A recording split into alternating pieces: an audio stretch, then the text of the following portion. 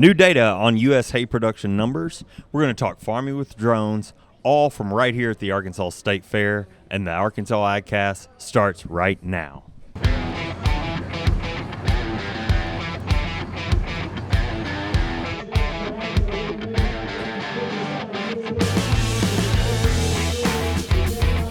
You're listening to the Arkansas Agcast, where we discuss the latest news, trends, and issues impacting Arkansas farmers and ranchers.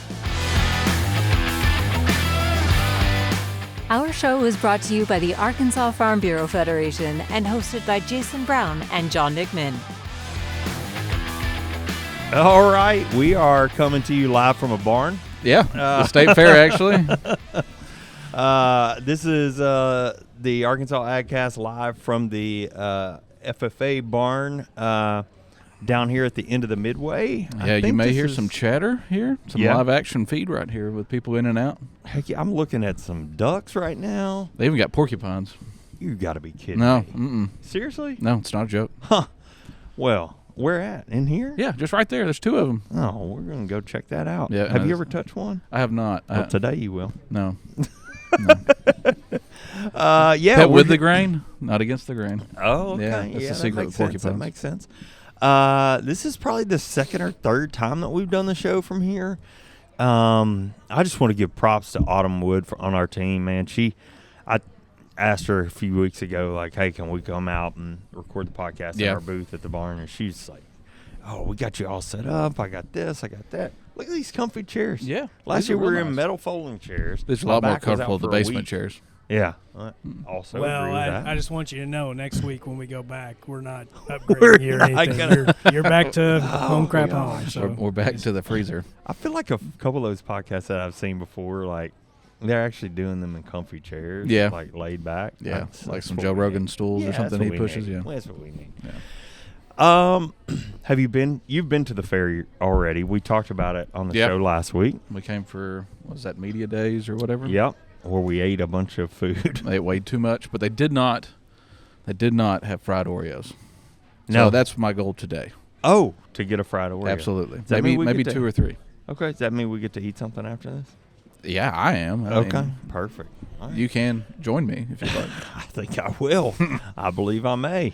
Let me see. Matthew had a fantastic time. He ate his fill and can't wait to have more. I think he really enjoyed eating all that crazy amount of food. You know, we were talking about this yesterday.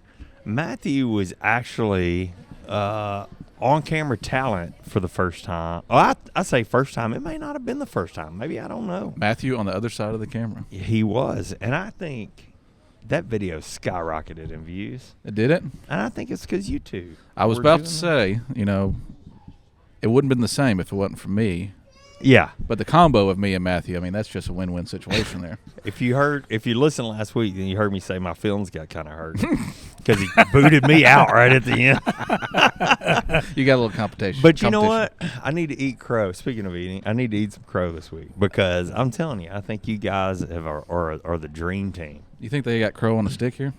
I bet they do. Maybe. Right down here. We'll go find some. Let me see. While we're talking about being live, they took our headphones from us. Yeah, Matthew it feels a little weird here. And this feels very odd. But we're going to get through it today. You know what? Yeah, I don't know life without headphones on the podcast. Yeah.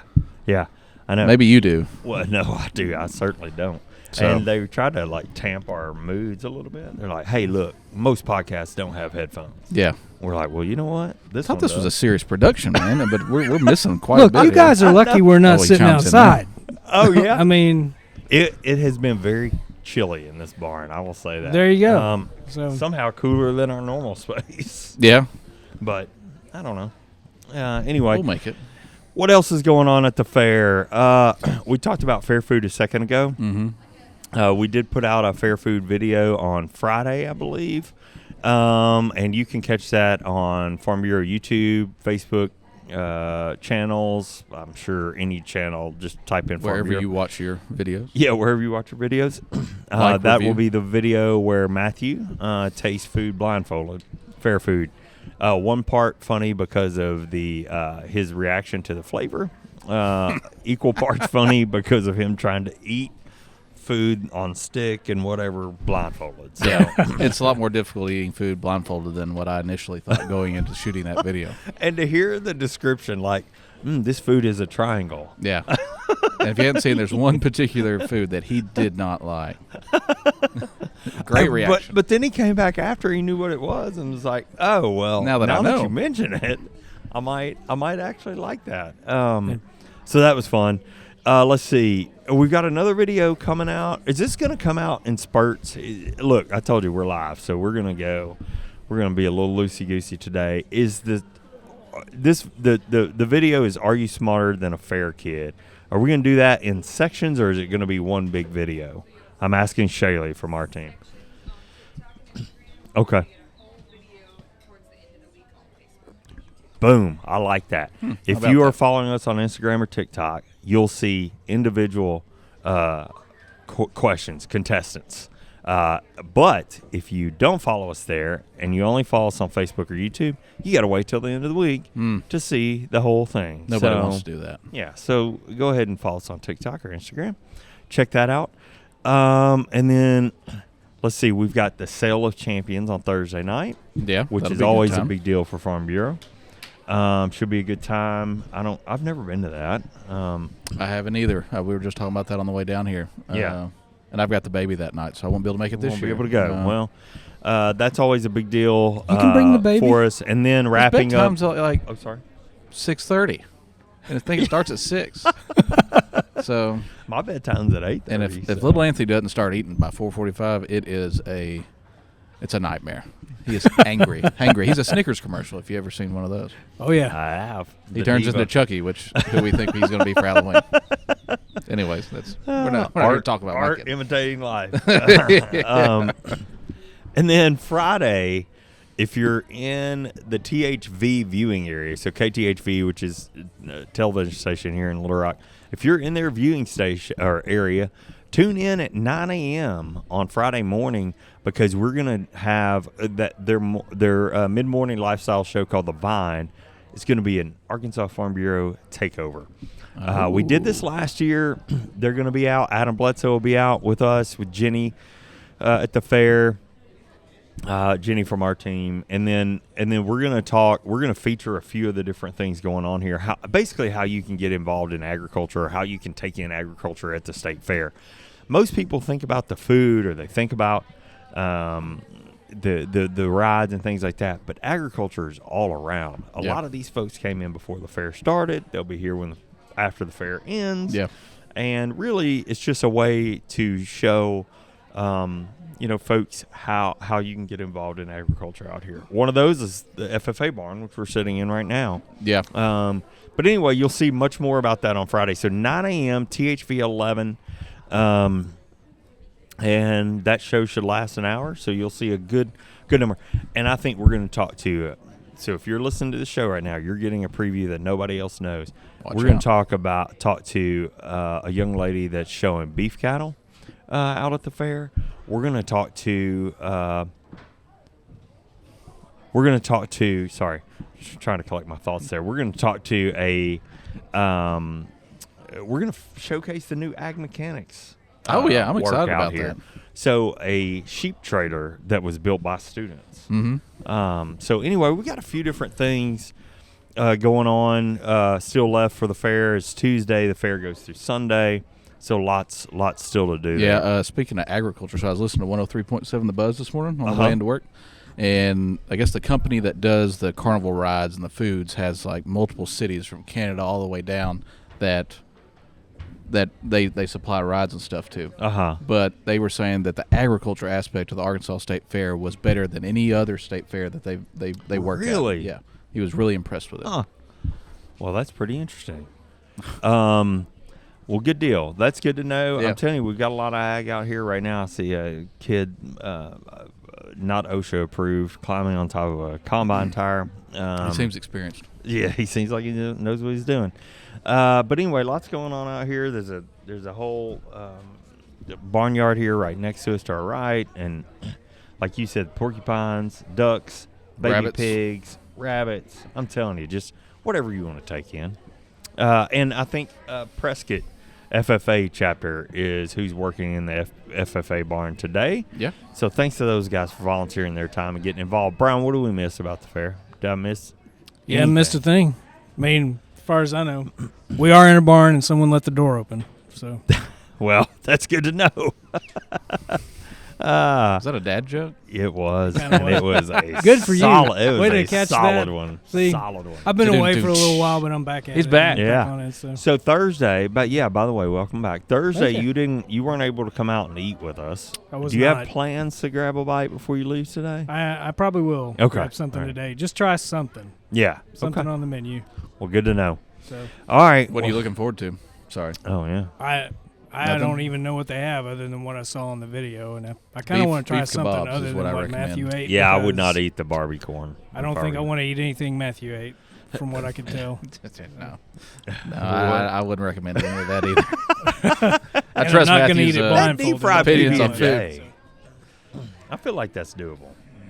I don't know. It could be a lot. It could be a lot of a lot. Let me just say, coming back from Vegas, I felt like the whole time I was there, it felt like Yeah. I was at the state fair the whole time. Oh, well, basically, you're at the Yeah. world's There's biggest. so much to look at. So, How was the sphere?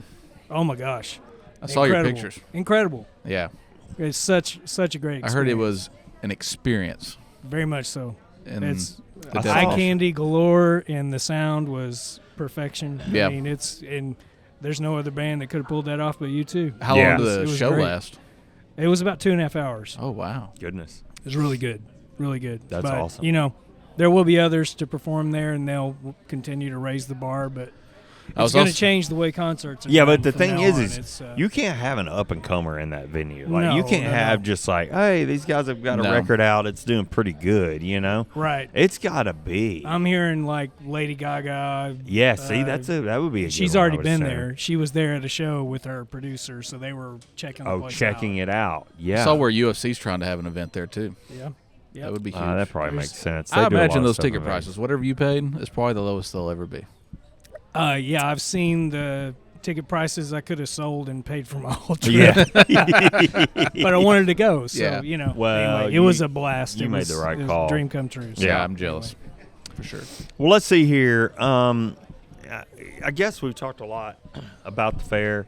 Let's get into the normal show. We don't have an interview today, but we did want to still come out and do the the show that we normally put on. It's Tuesday, okay? So we are recording this on Tuesday. A little early. So we'll probably put it out on Thursday like normal, but just so you know, if news happens between now and then, we may have missed it and have to come back and pick it up next week. That said, the crop quality and harvest updates for the state came out yesterday at 3 p.m. Yep. We were able to squeeze those in. So we'll kick it off with the state's corn crop, which is 98% harvested according to USDA. That number moved so little since last week that I'm curious if we should consider corn as done for the purpose of our reporting here. Probably. Looking at rice, we've harvested 94% of the state's acres. We're on pace with last year's harvest and ahead of the 5-year there. Soybeans are now nearly 75% harvested, Wow. which is kind of hard to believe. Another big jump over last week's 60% mark. Undoubtedly, that's a result of this dry weather. We remain ahead of last year and way ahead of the 5-year harvest pace. No crop condition reported on corn, rice, or soybeans this week. Okay. Cotton is sitting at 55% harvested, almost double the progress from last week. We're still a good bit ahead of last year's pace and the 5-year.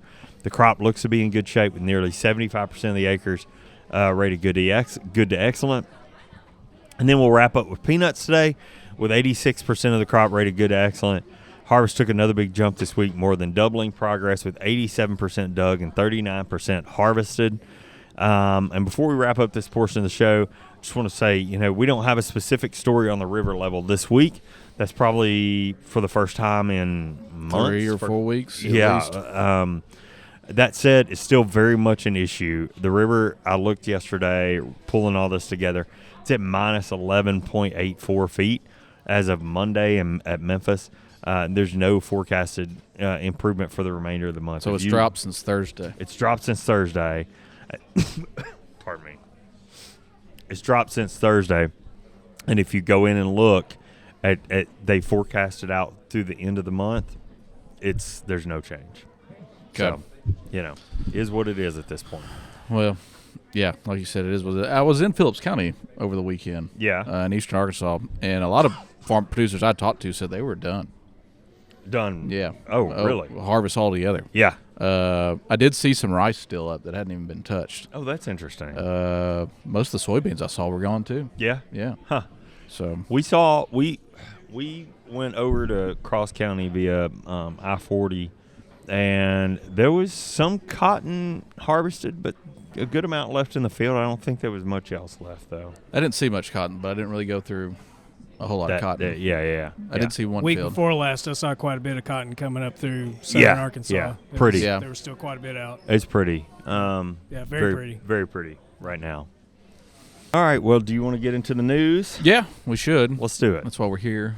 That's a fair point. We're at the fair. Yep. And we've already talked about agriculture and livestock, so keeping that theme, I want to talk about small ruminants. Bet there's some of those out here. So, as most of our listeners will know, sheep and goat production has been on the rise in Arkansas. So much so, here at Farm Bureau, we started our own small ruminant division. So we're pretty excited about that. Yep. The University of Arkansas System Division of Agriculture has also taken notice to the increase of small ruminant production and is seeking input from producers in an effort to make improvement to this industry here in the state. Nice. Extension Small Ruminant Specialist for the Division of Agriculture, Dan Quadros, has already begun work developing a working plan to assess the current production system in Arkansas for sheep and goats and hopes to identify issues and challenges within the production system and to organize solutions to existing challenges in the entire value chain. However, to accomplish this, Quadros needs direct input from producers themselves. Quadro was quoted saying, "To start, we really want to x-ray our production system for sheep and goats here in Arkansas. We want to know the basics of the farms in our state. Are they commercial or hobbyist? Yeah. How many animals do they have? What are their health management practices?" Or some of the things he specifically said. Quadros, his plan has a few steps involved, but the first step is sending out a survey that he and his team developed that only takes about 10 to 20 minutes to complete, and all responses will remain anonymous. Okay. The survey will be open until October 31st, so you got, 2 weeks or Yeah, so? man. For the second step, Quadros plans to hold 5 different webinars and an online open channel for producers to voice their concerns and issues in more detail. At the end of the process, Quadros plans to invite several organizations and representatives of different segments of the small ruminant value chain to discuss the results and build their development program. So if you're interested in taking the survey or looking at the dates for the webinars or access to that open channel, you can visit uax.uada.edu. I believe they have like a blog, right? Yep. Posted on there? Yep, that's right. So, go out there. This is kind of a new segment in our ag industry here in the state, but it has grown tremendously, and the U of A, wants to be there, or Extension specifically wants to be there to help you and assist you and be a resource in any way they can. So in order to do that, they need more information and detail of what challenges you are facing and, what's happening on the farm specifically. Yeah. If you're a county agent who, is going through the training, I think it's mostly targeted at county agents, but you're working with some producers, like let them know about the survey, Absolutely. Let them know, get it done, fill it out. Like anytime we talk about a survey or input opportunity on the show, we always talk about how important it is because your farm, your experience is unique and should be represented as plans or programs. Absolutely. Or, things like should this. Should be tailored towards what you need. That's exactly right. Yeah. I mean, and the only way to do that, like you said, is participate in the survey. Yeah. Give your response. Exactly. Let your voice be heard. That's it. Well, we talked a bit about hay production this year. And now USDA has released its hay production data for the year. I thought we'd go over the numbers here, just especially since we're here at the fair and goodness, who knows how much hay is being consumed around us. Quite a bit. At the moment. USDA says hay production in the U.S. should be up in 2023, mostly thanks to increased acres planted. The projection for more hay production comes in the face of the ongoing drought across the plains and Midwest, Mid-South I throw in there too. It's not all good news, though. If you've listened to this show at all since April or May, then you know that quality is the concern that stands to overshadow quantity this year. Yeah, absolutely. USDA projects all hay production at just over 70 million tons with an average yield just shy of 2 tons per acre on harvested area of more than 36 million acres. The total tonnage this year pushes past last year's production by about 6 million tons. Wow. Last year we saw lower yields and lower acres, as I mentioned just a bit ago. Yeah. Based on supply and demand, there we go. Hay prices are still quite volatile, according to reporting from Brownfield Ag News. Arkansas is set to produce just under 2.5 million tons, a bit more than last year. Our yield acreage our yield average is expected to be 2 tons per acre, on pace with last year. We'll produce that hay across 1.16 million acres, which is a bit more than last year and even more than USDA projected in their reporting in March of this year. Of course, this is important to think about as we head into the cold months of the year when farmers rely much more on hay and feed to provide for their animals. I would have thought production would have been down, as dry as it's been. And last year was so dry, too. Yeah. But what do I know? My guess is that's where the quality hit comes, right? So I see if acres are up, then it almost stands to reason that production in all. But the yield, I see what you're saying, though. The yield loss and quality. I don't know. It's good to see. I tell you, a similar trend across the country. I was looking at some other states' numbers, and pretty similar. Up in acres, down in quality is what I was seeing. So I'd be interested to dig into that. Yeah, it'll be cool to see. Maybe we'll ask our livestock specialist, Jake Cartwright. I'm gonna say we should, but after the fair, I bet. Yeah, he's a little busy with Purple Circle at the moment. He might run us out of town if we ask him. You get an ugly right look now from him right now if I was asking him something specific. All right, well, let's take a short break from the news to hear a reminder about keeping rural roads safe this time of year. Arkansas farmers and ranchers work 7 days a week. That means when you hit the road, you may be sharing it with farm equipment, especially if you're traveling along rural roads and county highways. Farm equipment moves slower than our pickup trucks and minivans. They may not have the safety lights and turn signals of our family vehicles either. The trucks and tractors moving down the road need extra room to make turns, cross bridges, and move through intersections too. We all get in a hurry sometimes, but it's important that we all stay safe, no matter if we're headed to buy groceries or grow them. So next time you're cruising past a pasture or field, keep an eye out for farmers. They'll be sure to keep an eye out for you too. If we all work together, we can make sure Arkansas is cultivating safe roads. It's so important that we work together to keep each other safe on the roads. This time of year, you may find yourself on the road with a farmer moving hay or moving large equipment, especially in rural Arkansas. Let's just all be sure to help one another cultivate safe roads. Now let's get back to the news. All right, my last story of the day is something that we've talked about. We've not talked much about on this program, but it's often discussed in the fields and pastures that we visit. I'm talking about drones. Ooh, technology. Yeah, exactly. We're sharing a story from Ryan McGinney of the UA System Division of Ag today. And Ryan recently sat down with Jason Davis, application specialist for the division, to talk about drones. Dr. Davis has been working with drones in ag production for the past 4 years, and as assistant professor of remote sensing and pesticide application extension specialist, his work reflects an increasing effort to formalize agent training in the use of drone and satellite imagery and analysis of the data it can provide. Now, we've all heard about drone applications on the farm. In some ways, it's changing the way producers are farming. Dr. Davis says that there are a plethora of crop sensing capabilities and analysis, including weed detection, vegetative health, bees analysis, tracking of livestock and wildlife, irrigation efficiencies, forestry analysis, and many other approaches that can be done with drones. Yeah. Davis plans to team up with Ariel Ponset to present training seminars for extension agents next month.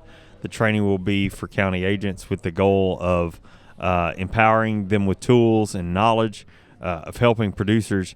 He said that it's one thing to have the capabilities, but what's really important is the producers have the ability to analyze the imagery in an actionable way. Yeah, knowing what they're looking at. Yeah, exactly. It's like what we say about, or what you say about data. Yeah, you can collect all the data you want. Yeah. But if you don't know how to use it. Well, that's the way it was when I was collecting yield data. Yeah. You know, if you didn't know what it was and what purpose was it, and if you didn't have enough of it, then it didn't really mean anything. Yeah, you got to have that context. You got to have that. And, you know, when this stuff first came out, I'd heard that drones were able to see specific things in crops that the naked eye couldn't see yet. Uh-huh. You know, whether that was disease or health issues. It's just stress. Yeah, specifically heat stress. I know. Things like that. Well, the reason I want to bring this story today, and I actually need to apologize. I think I mentioned those webinars for the small ruminants being for extension agents. I meant that to apply to this training. Goodness gracious, too many stories. We're live today, so it's kind of. But I want to bring this for a specific reason. So our team is actually working on a workshop for state convention that is exactly this topic. It's talking about the different applications of drones in agriculture across forestry, livestock, row crop.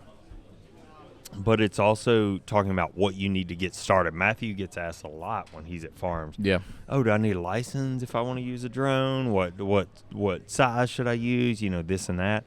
And I think we're going to try and tackle some of those questions and give people a little helping hand to get started on this. I'd figure price point would probably be a big question there, too. Yeah, and from what Matthew's told me, in my own personal interest, is it can be as expensive or as cheap as you want it to be. I'm sure, yeah. Just a matter of what you need to get out of the back end. But, yeah. Anyhow. Well, you want to do one more? How about it? Okay, I'm going to stick with livestock. Okay. All right. Not my wheelhouse, but since we're here. Since we're here. Like I need to. Okay. So, Talk Business and Politics reported that Walmart is investing further into the dairy processing business. Walmart, who already owns a dairy processing facility in Fort Wayne, Indiana, is pushing further into the sector by building a $350 million milk plant in Valdosta, Georgia. Oh, wow. Yeah. The retailer plans to break ground later this year that they project will create 400 new jobs and plan to open in 2025. They also plan to purchase milk from local producers there in the state. The average wage for the employees of the plant will be around $30 an hour. Senior Director of Business Development at Walmart, Adam Bradley, said the plant will be a Class 1 fluid milk facility that processes products for 750 Walmart and Sam's Club stores across the southeastern United States. Goodness. The plant plans to produce gallon, half-gallon, whole, 2%, 1% skim, and 1% chocolate milk, labeled Great Value at Walmart and Members Mark at Sam's Club. Okay. This seems to be a great way for Walmart to control the quality of their milk, as well as cut costs so that producers or products are affordable for their customers. This kind of, this is a kind of a pattern that they've been going on, because if you remember, we reported a few months ago on a beef packaging or processing plant in Kansas, I believe. Kansas or Nebraska. Yeah. So it's kind of seems like they're even trying to like vertically integrate to some extent. Yeah. Or kind of cut out the middleman. Mm-hmm. So, I mean, if you got it like that, it's a good idea to do. So there's an power to them. I thought this was interesting too. Speaking of Valdosta, Georgia. Southeast Ag Expo is happening down there this week. Yeah, isn't Ashley there? Ashley's there with our Farm Family of the Year as they compete for Southeast Farm Family of the Year. Mm-hmm. So sorry, little side detour there. I was going to ask you, are you a fan of chocolate milk? You know what? It's funny you say that. Yeah. Be ready. Oh yeah. I have a half gallon of chocolate milk in my fridge that I looked at this morning. It goes out in 2 days. It's the first chocolate milk I've purchased in a long time. How long? And it has been a great decision. When did you buy it? It's been a week and a half. That wouldn't last a week in my house. Not a chance. Well, I can't just sit around and drink it all the time. I like to have a glass of, like, if I'm coming home in the morning from a workout or something like that. Man, and I'll probably take 2, 3, 4 huge swigs before I go to work, and then come home for lunch, take 3 or 4 more, and then when I get home, go to bed. You're a chocoholic, man. Yeah, I can't buy is, it. Isn't I can't have it. It's a problem. You can't have it. No. Oh man. So, Yoo-hoo? Do you like Yoo-hoo? Different. No? Different deal. No, Really? no. Different. Okay. When I was a kid, and I could take those sugary I don't know what the type difference drinks. is, but there's clearly a difference in taste. I Yeah, think there's a difference in taste, but I think it's called like a chocolate soda or something. I don't know. it's a what chocolate it's drink. called, it's not necessarily Yeah. chocolate milk. But, But, most people yeah. like chocolate milk like Yoo-hoo. So Yeah. you know what? It's not fair for me to say that because I don't know the last time I had Yoo-hoo. You know what? Maybe- Also, in the maybe we same need as to do a chocolate taste milk test. is like the Hershey's chocolate that you put in your regular milk. Not Right. the same. Not Right. the same. Don't Right. bring Don't that even in here and call that don't chocolate even milk. ask me if I want chocolate Don't milk. put if that's all you syrup in got. white milk and say that you've made chocolate milk. Absolutely not. Because I'll tell you what, you didn't make chocolate milk. Mm. You made chocolate. There's not enough tasting of that white syrup milk. you can put in that milk to make it taste like what Well, there comes you out of go. that gallon. Yeah. I mean, chocolate milk comes from brown cows, right? That's correct. That's it. And matter of fact, we'll go milk one here in a minute. Do you drink chocolate milk? I'll need to go home before y'all do that. Do I drink chocolate milk? On a rare occasion, yes. Yeah, it's pretty good. It's pretty tasty. Mm. I like it. It's my kryptonite. Now we know. Yeah. If we need It's to my do something. kryptonite for different reasons. So. That's funny. That's real funny. Well, I think that's the news. Brian, welcome back again. Well, thank you. Glad to have you here. Thank You you. got anything for us today? I do. Since we're here, and I have a feeling there's a little bit of cheating going on with this one. So, but You got me pretty Watch good out. last it's week. okay. I didn't. It's all Or right. 2 weeks ago. We are at the fair, so we got to talk about the fair. Yeah, let's do it. When did the fair originate? So, what year did the Arkansas State Fair Association first meet and kick off the first state fair? Oh, let's see. What year? 2023 now. I'm gonna say, Hmm. man, maybe I don't know. I'm pivoting between before or after World War II, Yeah. and I don't know which way to go. I will give you a Gonna hint. say- It was well before. Well, before. Okay. Never Oh, mind. okay. Matter of fact, it was before World War One. World War Oh, One. goodness. Okay, so let's go ahead and say 1910. Close. Jason? $1. Which way? No, that means under. It was 1906. Yeah. And, Oh, okay. And where Terrible. did it originate? Where was the first state fair? Right here. Out here at the fairgrounds. Seems like a trick question. It very well could be. I don't know. That's my guess. Man, I don't know. If it's not Little Rock, then where else would it be? Yeah, right. State fair, state capital. Would you believe the hot springs? Really? Hot springs. Huh. Got to Yeah. be a So story there. we know that it started in Hot Springs. We know that now. Yeah. What year did it move to Little Rock? Surely it didn't last but a couple of years down there. No, that's nothing against Hot Springs. I'm just No, saying, like, It's not. There's a lot of they things that pulled it originated in together. Hot Springs. Sure, that absolutely. hop in town. All right, I'm going to steal your original answer. 1910. I'm going to go way off and say 1947. 1921. All right. Split the difference. 1921. And what year did the Arkansas Livestock Show Association form? What year did it form? What year did it form? Because that's a big deal here. Yeah. at Oh, the state yeah, fair. absolutely. So 1950. $1. it's 1937. Yes. Yeah, you got it.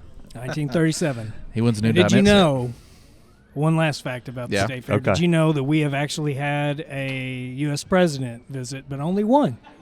There's only been one U.S. president that visited. Huh. Was it Billy C? You'd think. Yeah. That is what everybody would guess. Yeah. But that's an easy answer. Was it a Roosevelt? He did visit, but not while he was president. Okay. So Woodrow Well, Wilson? that would have been my guess. Woodrow. no, That would've William been my Taft. guess. JFK. JFK. JFK. I wonder if that coincided with the dam construction or something like that. Well, Maybe. No, that No. maybe came way after. I don't know. Who knows? that, yeah. JFK So, visited the JFK Arkansas State visited Fair. Arkansas State My Fair. How about goodness. that? So Huh.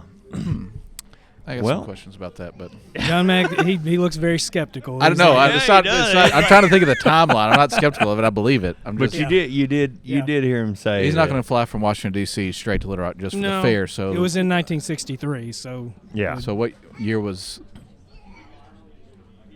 that is some trivia you're gonna have to look up. Yeah. What happened that year? Yeah, is my question. I don't know. We'll have to look it up off the air, I think. Very true. But if you're interested in trivia, this is a great barn to walk around and learn ag facts. There are all kinds of facts all over the walls in here. There sure are. I see catfish facts, yeah, bait fish. You can learn all about the different commodities that are grown and produced in the state. Yeah. And all kinds of trivia all over the. This would be a great place walls. for bring the kids. Yeah. Children. There's all sorts of absolutely hands-on stuff to see and play like with. If you had to guess a dairy cow, like how much ice cream a dairy cow produces each day. What would you guess? Each day? Each day. Oh, that's probably the a average gallon. dairy cow. How much would you say it produces to make enough ice cream? How much ice cream? A gallon. What? Of ice cream? To make a gallon of ice cream, or how much ice cream does? How much ice cream? How much milk does a dairy cow produce each day? To produce ice cream, how much ice cream would it be? I don't know. How much ice cream would a dairy cow produce each day? Several gallons. 2 gallons. See, there you go. 2 gallons. More than one. Oh my goodness! How many gallons of milk could a dairy cow produce a gallon? How much wood could a woodchuck? If a dairy cow could produce milk and ice cream. All right, I've messed with you guys long enough. So. All right, well, it's good to be back. Yeah, we're glad to have you back. Glad to have everybody supporting us as we put on the show today. It's never an easy task. Thank you for giving up your time. Yeah. And starting to smell that food. I know. It's time for lunch, isn't it? I think I smell turkey leg. All right, well, that wraps up the news for this week. Thanks for following along with the Arkansas Agcast. We're grateful for you taking the time to watch and listen. Remember, you can catch new episodes of the show every Thursday afternoon. Find video episodes on Facebook and YouTube. Listen to audio versions wherever you listen to podcasts. That baby started crying just as I started talking. I'm sorry, baby. Make sure you subscribe and leave us a review when you have a few extra minutes. The Arkansas Agcast is brought to you by the Arkansas Farm Bureau. I'm Jason Brown. And I'm John McMinn. And we'll see you next week.